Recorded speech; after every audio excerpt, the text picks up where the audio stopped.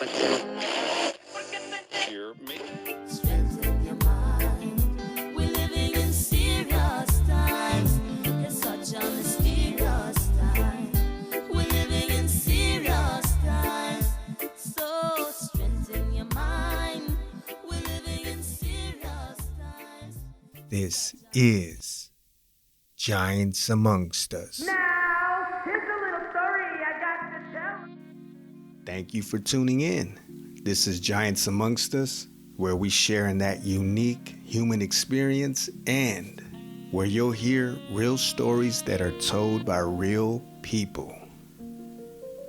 If this is your first time tuning in, pull up a chair. Please do stay a while.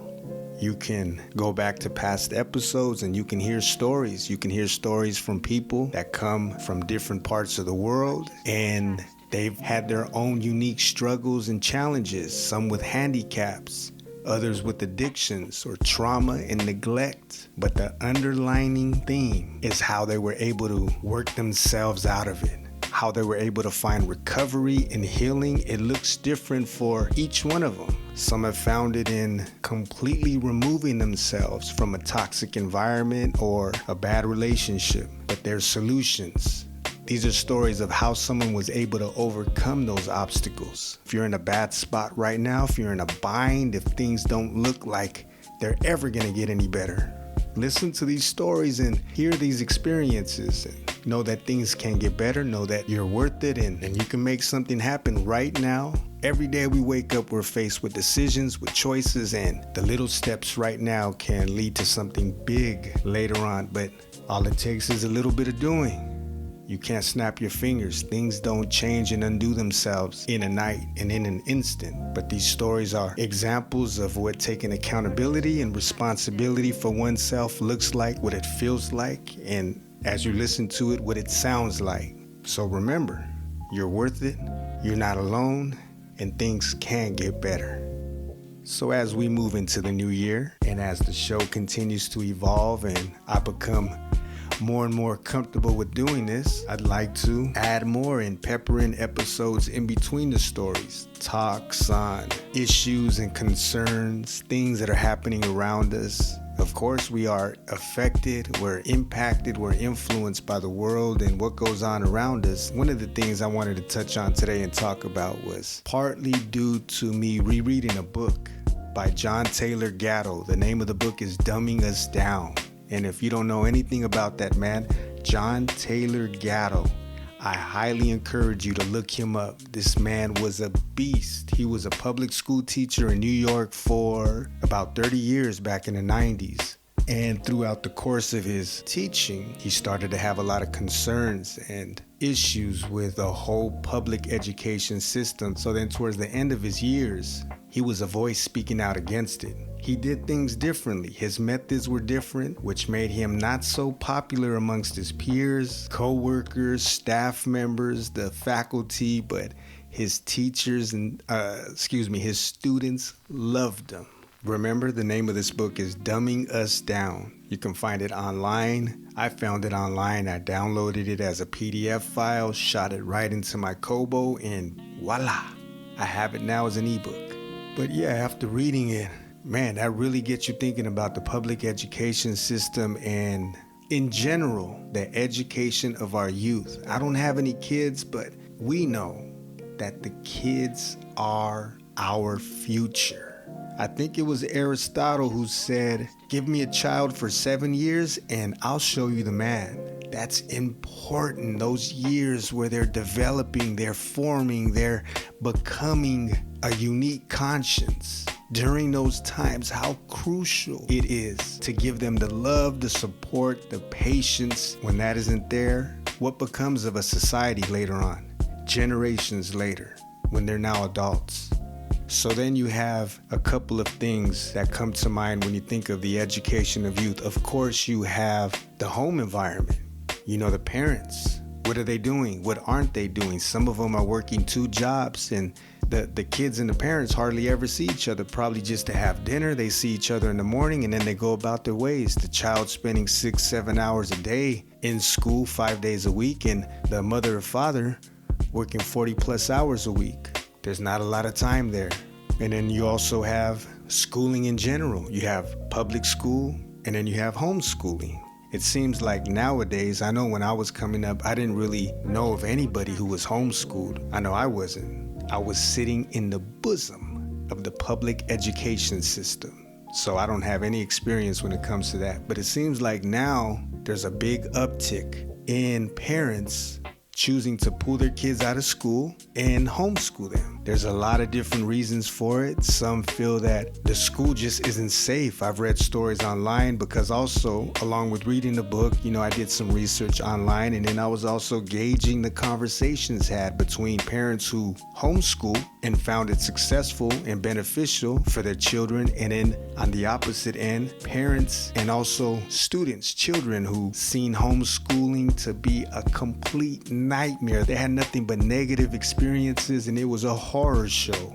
A couple examples that come to mind of kids who said that it was a complete horror and that they're traumatized and that they're suffering because of it to this day was the fact that their parents pulled them out of school and sheltered them, kept them away from socializing with the other kids, keeping them as far apart from it. There was no free will. There was no choice. There was no, hey, you want to do this? Let's try it out. And if you don't like it, we can go ahead and put you back in with the rest of your friends, and you can continue going to junior high or high school, whichever grade they're in. But so yeah, these parents pretty much traumatized them. The mother, the father, they kept them inside. They weren't allowed to socialize. They weren't allowed to make any friends. And what is that going to do for a kid? And then you have other children who talk about their parents, they pulled them out, but that's it. They pulled them out of public school, and the kids were left to figure it out for themselves. How to study, what to study. There was no direction, there was no guidance. They pulled their kids out and left them to be. I don't know if that's a smart way to go about it. It's no wonder that they feel a certain way about homeschooling. Maybe it wasn't the homeschooling.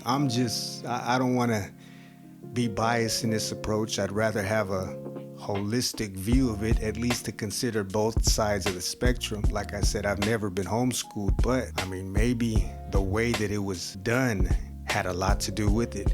And then you have the parents who found homeschooling to be beneficial, and also the kids. They were able to, some on account of maybe the husband making good money and the mother was able to stay at home and spend time with their children, but there's resources that they found. You can be your own university on YouTube. Online there's a lot of tools, there's a lot of resources for a child's education, and not even a child's education, but even after school for you and I, for grown adults. You don't ever have to stop educating yourself. So yeah, you have resources, you have communities of people online and offline that are aimed at equipping parents with the tools to educate their child.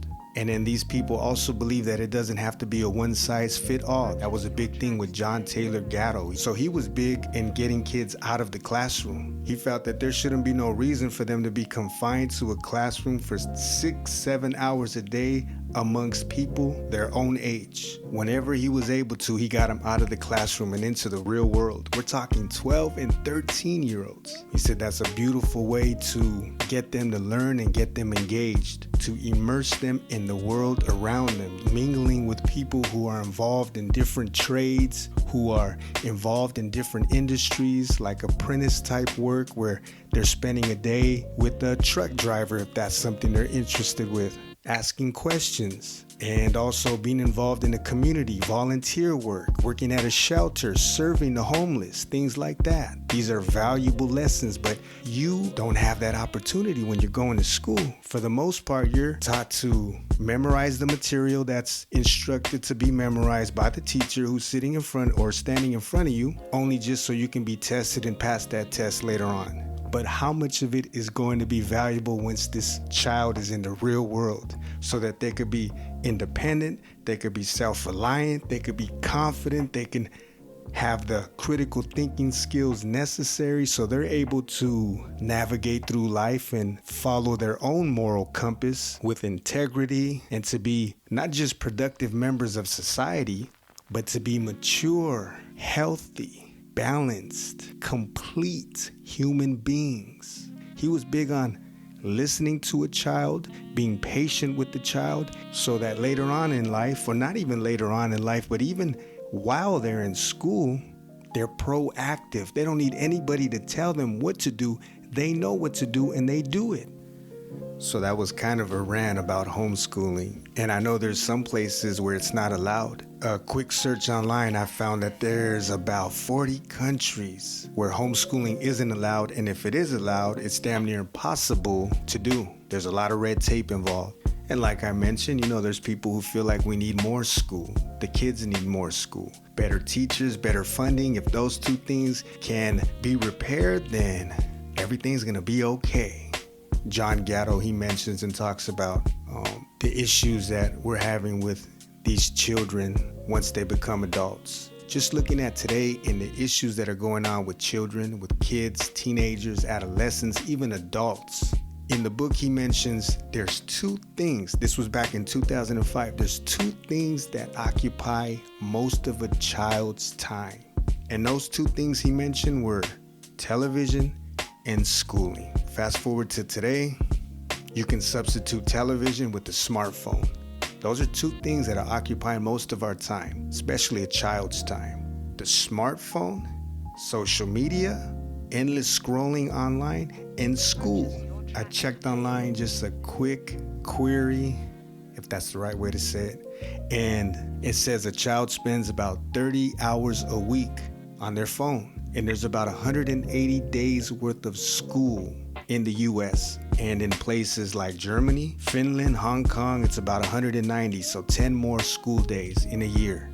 And every day, how much time does a child spend in school? 6 to 7 hours. So worldwide, we're looking at about 180 to 220 school days throughout the year for a child. Taking into consideration how much time they spend doing homework, a child has to sleep, eat. How much time is actually left for a child's private time to develop their own unique conscience? Those two things that are taking up most of a child's time, could they be part of the reason why? When you look around you, when you talk to kids, when you hear stories of parents and the issues that they're dealing with because of their children, and you see that the headlines are saying, kids' mental health crisis is an epidemic. Are those two things mentioned? Schooling, smartphone usage and addiction, a broken family, these type of things, could they be the cause of it? And everything else that we're seeing around us, the loneliness, the depression, the addictive habits, those type of things, are they symptoms of these two things mentioned that are occupying most of a child's time? I don't know. You tell me, but it's worth considering. John Gatto believes that, not just him. There's a lot of professionals. There's a lot of people involved in public health, doctors, psychiatrists, psychoanalysts that believe the same thing. You don't even have to have a degree to kind of see the correlation between the two.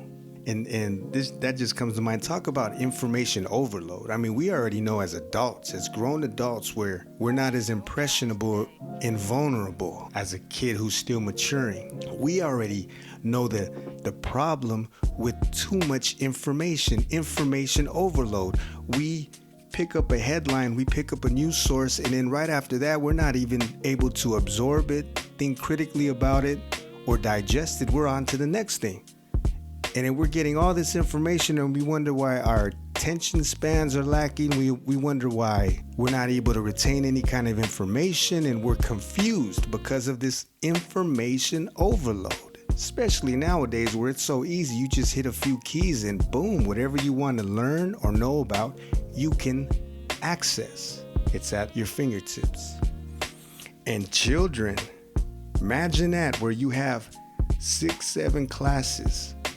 1 hour for each class. Once you get, if you're excited about one, if you're enthusiastic about one, 45 minutes later, the bell goes off, the horn buzzes, and you got to move on to the next class. You got 5 minutes to get down the hallway, go across the school campus, and get to the next class. Drop everything you're doing and then start learning about something, a subject, a topic that has nothing to do with what you were just immersed in for an hour.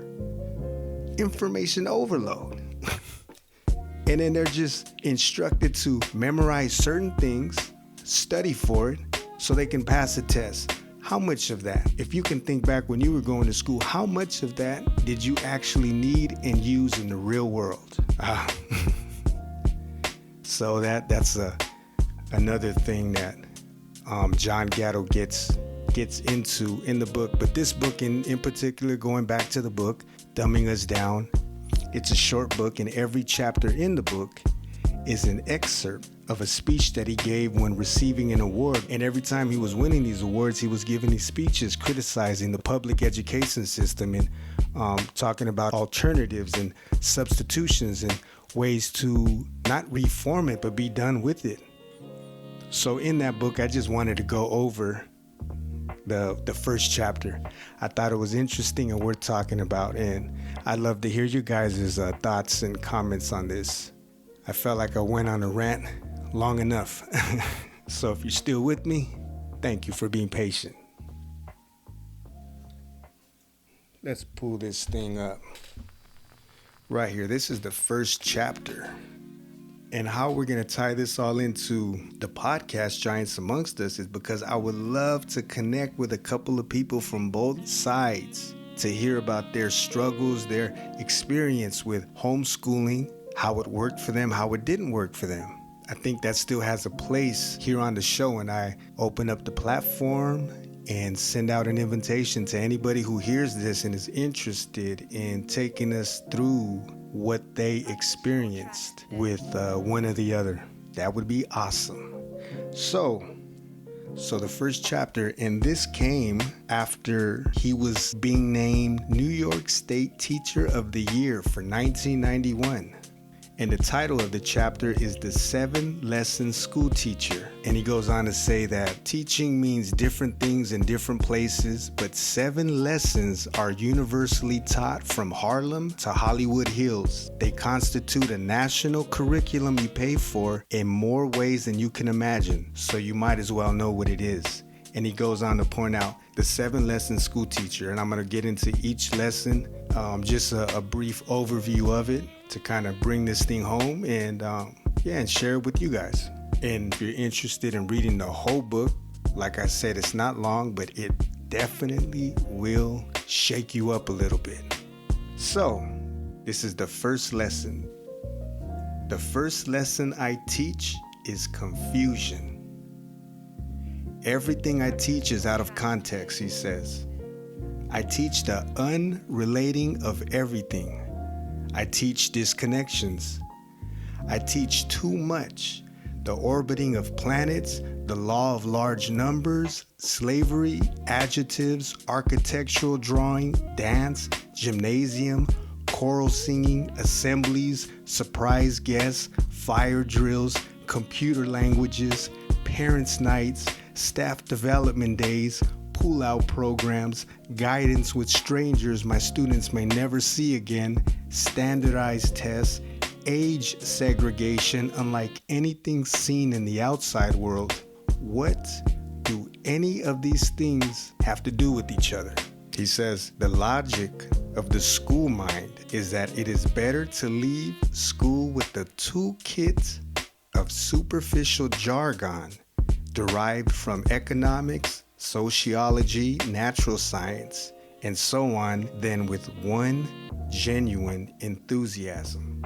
He goes on to say, think of the great natural sequences like learning to walk and learning to talk, the progression of light from sunrise to sunset, the ancient procedures of a farmer, a smithy, or a shoemaker, or the preparation of a Thanksgiving feast. All of the parts are in perfect harmony with each other, each action justifying itself and illuminating the past and the future. School sequences aren't like that. School sequences are crazy. Few teachers would dare to teach the tools whereby dogmas of a school or a teacher could be criticized, since everything must be accepted. I teach students how to accept confusion as their destiny. That's the first lesson I teach. And now he goes on to say, the second lesson I teach is class position. I teach that students must stay in the class where they belong. I don't know who decides my kids belong there, but that's not my business. The children are numbered so that if any get away, they can be returned to the right class. He says, my job is to make them like being locked together with children who bear numbers like their own, or at least to endure it like good sports. If I do my job well, the kids can't even imagine themselves somewhere else because I've shown them how to envy and fear the better classes and how to have contempt for the dumb classes. That's the real lesson of any rigid competition like school. You come to know your place. At the end of this second lesson, he says, the lesson of numbered classes is that everyone has a proper place in the pyramid and that there is no way out of your class except by number magic. Failing that, you must stay where you are put. And now we go on to number 3. And he says, the third lesson I teach is indifference. I teach children not to care too much about anything, even though they want to make it appear as they do. How I do this is very subtle. I do it by demanding that they become totally involved in my lessons, jumping up and down in their seats with anticipation, competing vigorously with each other for my favor. It's heartwarming when they do that. It impresses everyone, even me. When I'm at my best, I plan lessons carefully in order to show this enthusiasm. But when the bell rings, I insist they drop everything they've been doing and proceed quickly to the next workstation. They must turn on and off like a light switch. Nothing important is ever finished in my class, nor in any class that I know of. Indeed, the lesson of bells is that no work is worth finishing, so why care too deeply about anything? Years of bells will condition all but the strongest to a world that can no longer offer important work to do. The fourth lesson I teach is emotional dependency. By stars and red checks, smiles and frowns, prizes, honors, and disgraces, I teach kids to surrender their will to the predestined chains of command. Rights may be granted or withheld by any authority without appeal because rights do not exist in a school. Not even the rights of free speech, as the Supreme Court has ruled, unless school authorities say so. Individuality is constantly trying to assert itself among children. Individuality is a contradiction of class theory, a curse to all systems of classification.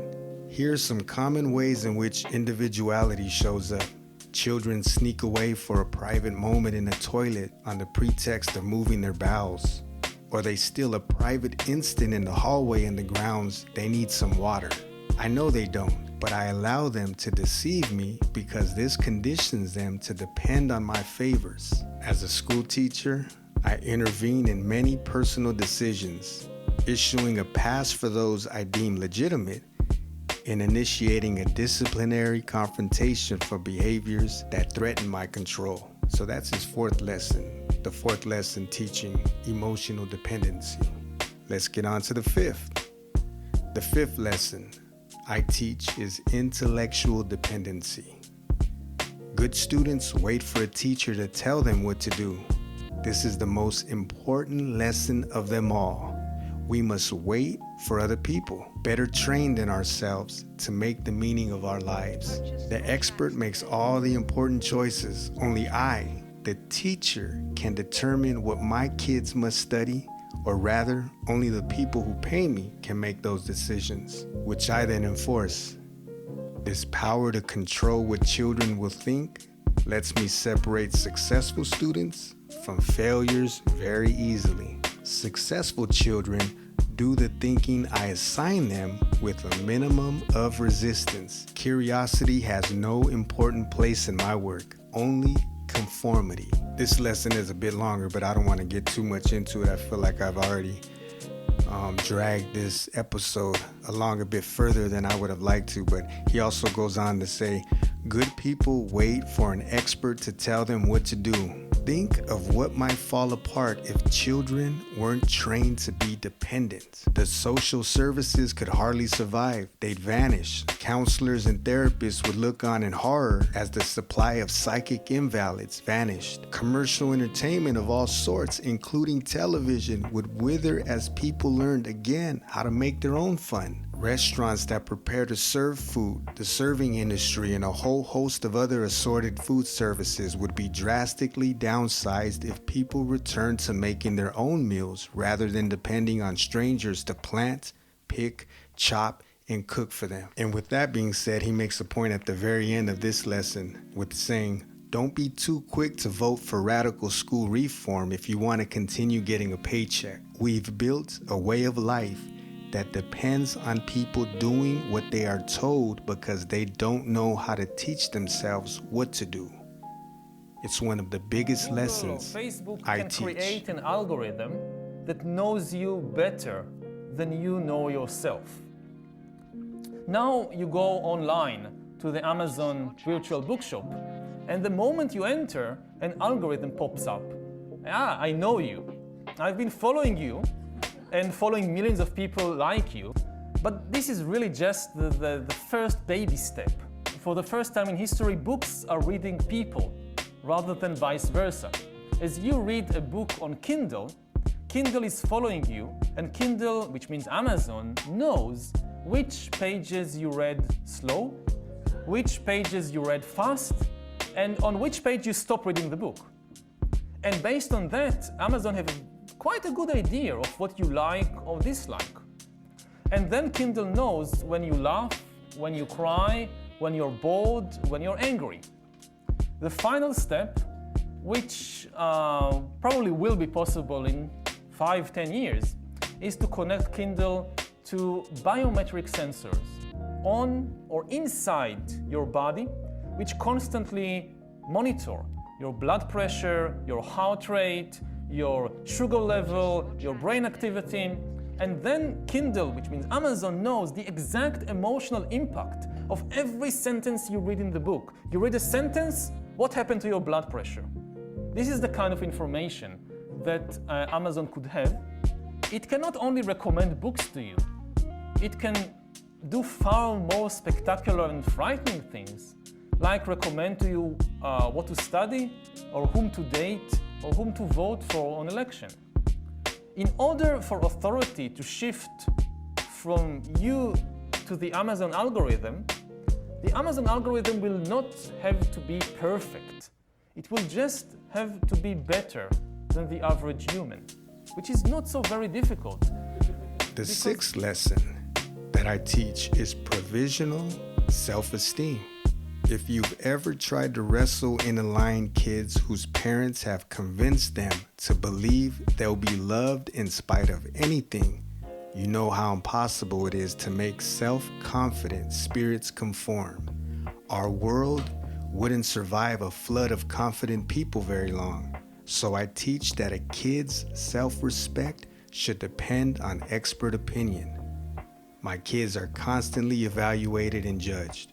A monthly report, impressive in its provision, is sent into a student's home to elicit approval or mark exactly, down to a single percentage point, how dissatisfied with the child a parent should be. And with that, he says, although some people might be surprised how little time or reflection goes into making up these mathematical records, self-evaluation, the staple of every major philosophical system that ever appeared on the planet, is never considered a factor. The lesson of report cards, grades, and tests is that children should not trust themselves or their parents, but should instead rely on the evaluation of certified officials. People need to be told what they are worth.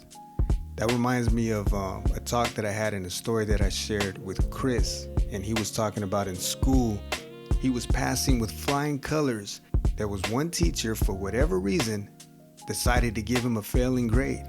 And for the life of him, he said, I was doing everything that I needed to do, but for reasons unknown, he decided to give him a failing grade. and how that really messed with him, his self-esteem, that really messed with his confidence, his self-worth, and he was down on himself on account of it. Progress report from every single teacher. Math, for the first time ever, B. Science, A. History, A. All my classes, A's and B's. I get to English, I'm not sweating, I'm not fretting, I'm walking in proud like a peacock, and she hands me my progress report. I looked at that progress report and I had a 30 out of 100. You failed miserably. Yeah. I walked up to the teacher immediately. I'm like, something is terribly wrong. I'm looking at the progress report as I'm telling her this, and I'm like, there are zeros in places that shouldn't even have zeros. Like, here's a 0 for a quiz right here. Like, how do you get a 0 for a quiz when everybody does it? She had a plethora of students complaining about Reading her. that right now brought that to mind when he was sharing some of his experience with it. So that's the 6th lesson. Now let's get into the 7th. The 7th lesson I teach is that one can't hide. I teach students that they are always watched, that each is under constant surveillance by me and my colleagues. There are no private spaces for children. There is no private time.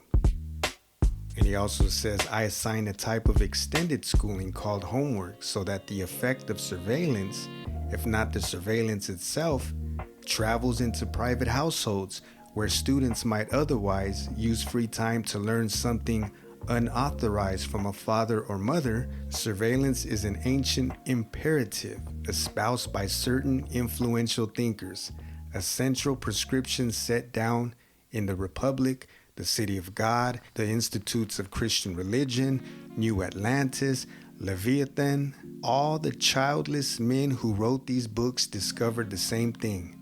Children must be closely watched if you want to keep a society under tight central control. And now some, after hearing that, might think his stance was extreme. Others might agree with what he had to say. I'll leave it up for you to decide. At the very end of this chapter, he talks about institutional schooling is a business, and he raises solutions talking about some form of free market system in public schooling is the likeliest place to look for answers.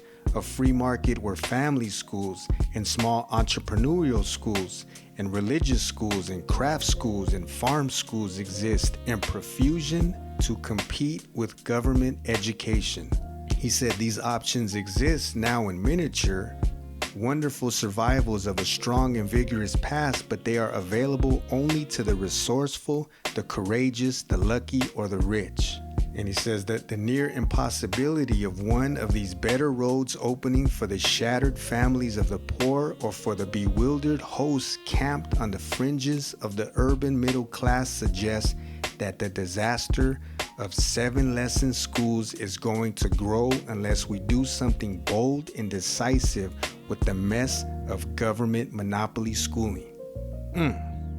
In closing this chapter, he writes, 30 years ago, these lessons could still be learned in the time left after school.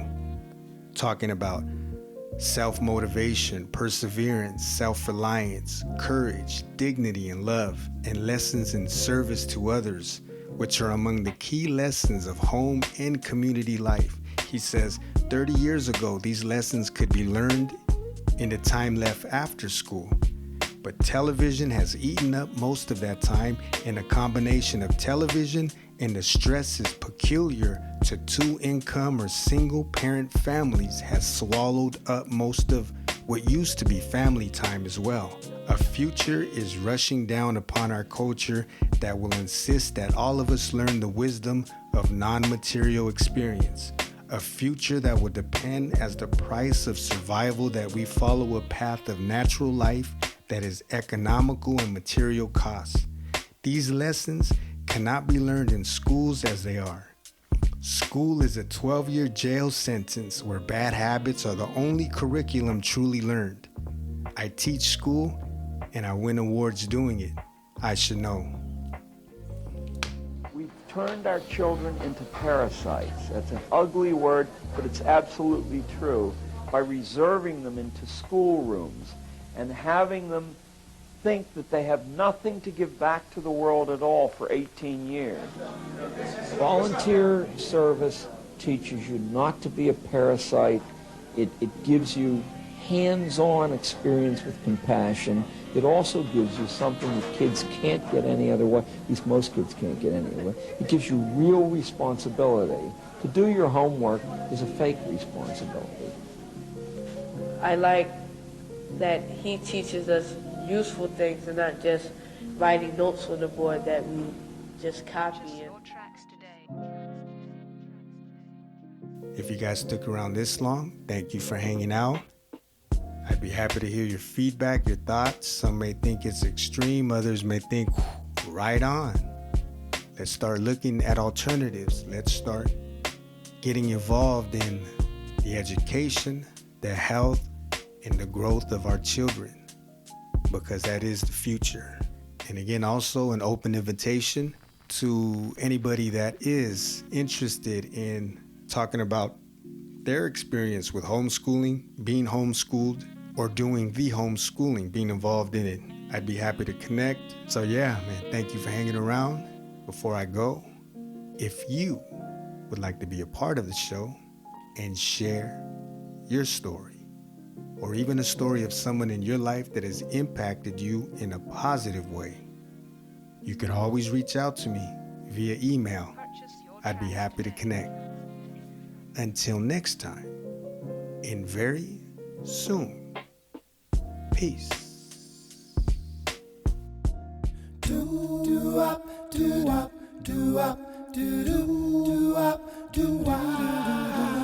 Looking for a sign to know I'm on the right road. Ain't seen no sign,